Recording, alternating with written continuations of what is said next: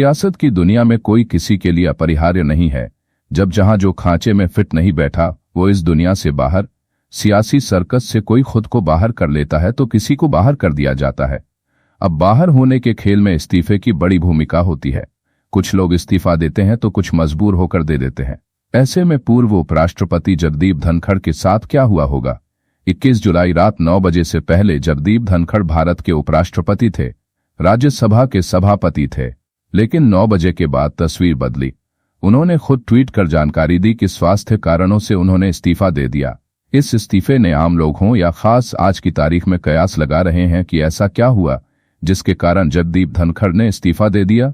जगदीप धनखड़ ने इस्तीफा क्यों दिया, इसके पीछे की इनसाइड स्टोरी समझने से पहले 21 जुलाई को क्या कुछ हुआ था थोड़ा उसे समझने की जरूरत है। 21 जुलाई को बिजनेस एडवाइजरी कमेटी की 2 बैठक हुई थी। एक बैठक में बीजेपी के राष्ट्रीय अध्यक्ष और राज्यसभा सांसद और संसदीय कार्य मंत्री किरेन रिजिजू शामिल हुए, लेकिन दूसरी बैठक में शामिल नहीं हुए। उन दोनों बैठकों में 4.5 घंटे का अंतर था। इस 4.5 घंटे की कहानी को कांग्रेस सस्पेंस के तौर पर पेश कर रही। कांग्रेस के नेता कहते हैं कि बीजेपी का तो यही चाल चरित्र चेहरा है, जब तक कोई शख्स उनकी भाषा बोलता है वो तब तक उनके लिए दुलारा बना रहता है, लेकिन जैसे ही सुर बदलता है दुश्मन बन जाता है। ऐसा लग रहा है कि धनखड़ जी के बदलते सुर को बीजेपी बर्दाश्त नहीं कर सकती। यानी कि यह बदलता सुर क्या है और बदलते सुर की कहानी क्या है? वैसे तो पुख्ता तौर पर जगदीप धनखड़ ने इस्तीफा क्यों दिया, इसके बारे में सत्ता के उच्च पदों पर बैठे लोगों को पता होगा। लेकिन ऐसा कहा जा रहा है कि जगदीप धनखड़ इलाहाबाद हाईकोर्ट के न्यायाधीन यशवंत वर्मा के मामले में सरकार से अलग लाइन लेंथ ले चुके थे, जो बीजेपी के टॉप ब्रास को पसंद नहीं आई।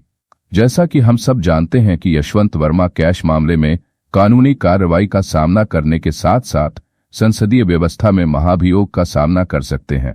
लिहाजा कुल पेंच इस महाभियोग को लेकर था। सरकार का मानना था कि यशवंत वर्मा के खिलाफ महाभियोग लोकसभा में लाया जाए, लेकिन जिस तरह से जगदीप धनखड़ ने कहा कि राज्यसभा के सांसदों ने महाभियोग के संदर्भ में दस्तखत वाला प्रस्ताव पेश किया है, उसके बाद सरकार असहज हो गई। दरअसल उस प्रस्ताव में जिन सांसदों ने दस्तखत किए थे उनमें एनडीए का कोई भी सांसद नहीं था। सरकार को यह लगा कि जिस व्यवस्था के तहत आगे बढ़ना चाहिए था उसका कहीं न कहीं अतिक्रमण हुआ है, और यह अतिक्रमण धनखड़ पर भारी पड़ी। वीडियो को लाइक, शेयर और सब्सक्राइब करें। देखते रहिए इंडिया अड्डा।